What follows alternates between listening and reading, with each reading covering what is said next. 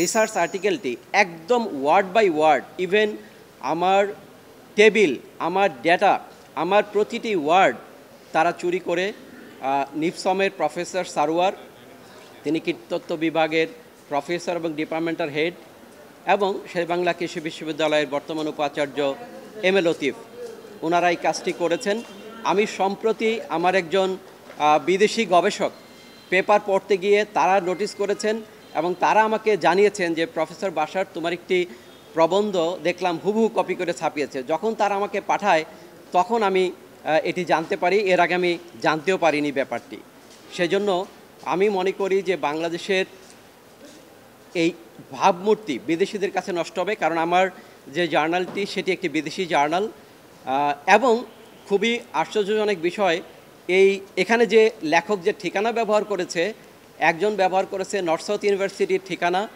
North south university ইতিমধ্যে তার বিরুদ্ধে ব্যবস্থা নিয়েছে এবং সে নর্থ সাউথ ইউনিভার্সিটিতে সে চাকরি করেনি, সে নর্থ সাউথ ইউনিভার্সিটির ঠিকানাটাও নকল ব্যবহার করেছে।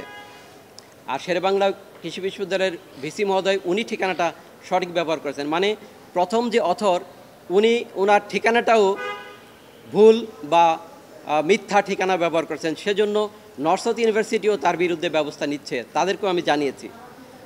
এই চৌর্যবৃত্তির যদি শাস্তি না হয় এবং এগুলো যদি আমরা থামাতে না পারি, তাহলে বাংলাদেশের শিক্ষা ব্যবস্থা এবং বাংলাদেশের বিজ্ঞান ধ্বংসের মুখে পড়বে।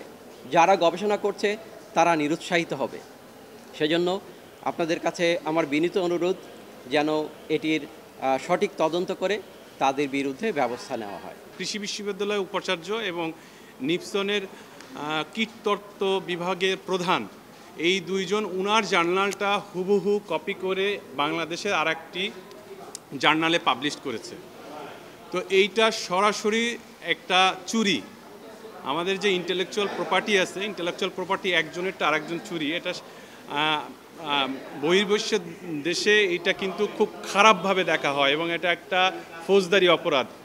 তো বিষয়টি দেখার পরে আমরা সংশ্লিষ্ট কর্তৃপক্ষকে আজকে লিগ্যাল নোটিশের মাধ্যমে অবগত করেছি যে তাদের বিরুদ্ধে ইমিডিয়েট ব্যবস্থা নেওয়ার জন্য, যাতে প্রথমত যেই জার্নালে এইটা পাবলিশড হয়েছে সেই জার্নাল থেকে জানি ইমিডিয়েটলি এটা সরানো হয়, সাথে সাথে ওনাদের বিরুদ্ধে ইনকোয়ারি করে জানি যথাযথ একাডেমিক এবং ডিসিপ্লিনারি ব্যবস্থা নেন। সেই জন্য যথাযথ কর্তৃপক্ষকে আমরা নোটিশ করেছি। যদি আমি জার্নালটা দেখি, এইটা হচ্ছে ওনার জার্নাল। এই জার্নালটা বের হয়েছে 2014 সালে। এটা ইন্টারন্যাশনাল একটা জার্নালে পাবলিশড হয়েছে। এইটার একদম হুবহু কার্বন কপি করেছে, শুধুমাত্র হেডিং বাদ দিয়ে।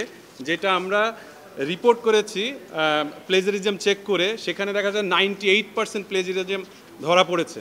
সেখানে শুধুমাত্র হেডিংটা চেঞ্জ করেছে।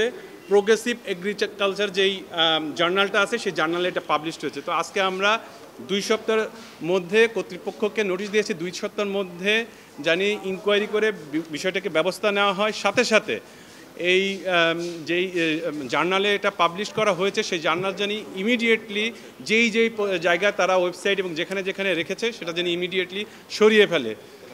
আর 5ই আগস্টের পরে যে নিয়োগগুলো হয়েছে, অ্যাটলিস্ট এই নিয়োগের ক্ষেত্রে আমরা মনে করেছিলাম এই ধরনের যারা আছেন তাদেরকে নিয়োগ দেবেন না, কিন্তু আমরা আসলে খুবই মর্মাহত যে একটা উপাচার্য যিনি একটি বিশ্ববিদ্যালয়ের সর্বোচ্চ প্রতিষ্ঠানে আছেন, তিনি চৌর্যবৃত্তি দায়ে আপনার তো এই ক্ষেত্রে আমরা সংশ্লিষ্ট কর্তৃপক্ষকে বলবো, আমরা এইটা কোর্টে সরাসরি মামলা করার আগে জানি তারা ব্যবস্থা নেন, কারণ এটা আমাদের একটা ইমেজের ব্যাপার।